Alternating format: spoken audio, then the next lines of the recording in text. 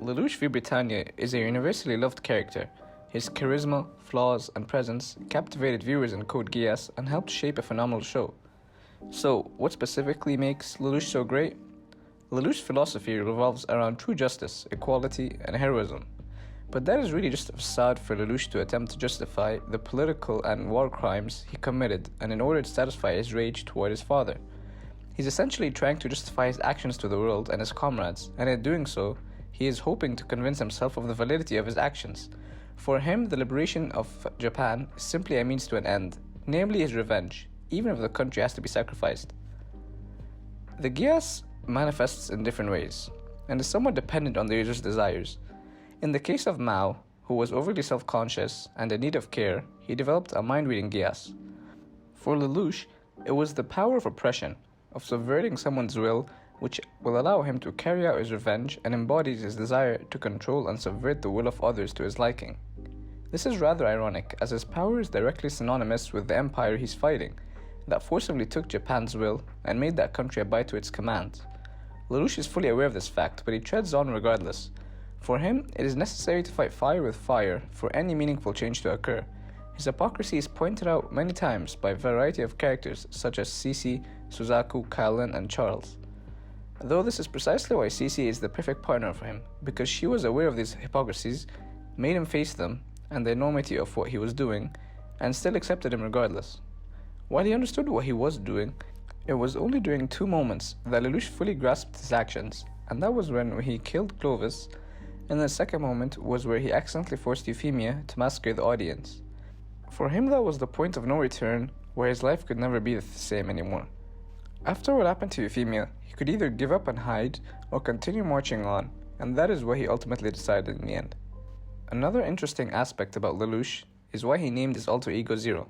For him, the ideal being is someone with no connections, nothing to lose, and an empty slate that allows for the masses to project themselves upon. This inspires their worship of him. For him, the moniker of Zero reflects coming from nothing and rising up against oppression, and is his form of propaganda.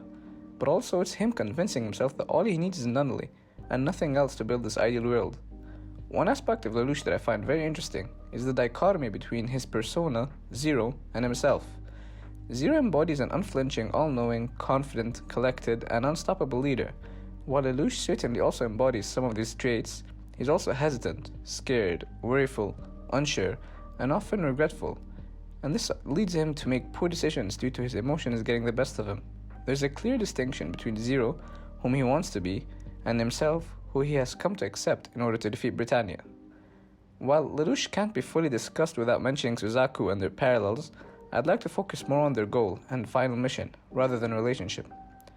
It's established early on in the story that both of them aim for the same goal, regardless of their reasons. However, they have very different methods.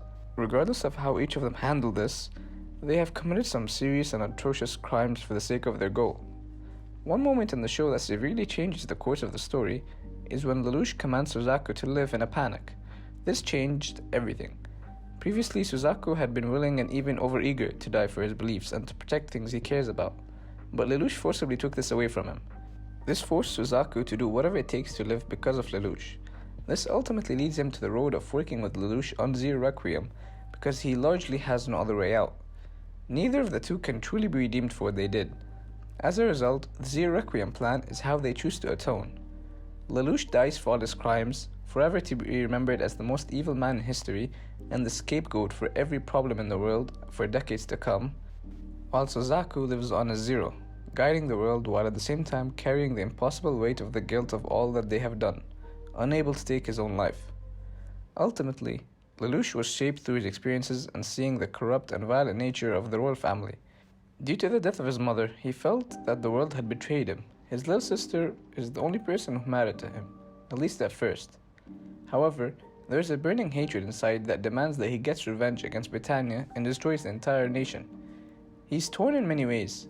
The deeper he goes down the path of destroying Britannia and exacting revenge, the more he realizes that the reasons he began to do this, to create a better world for his little sister, are getting lost among the battles and the choices he has to make.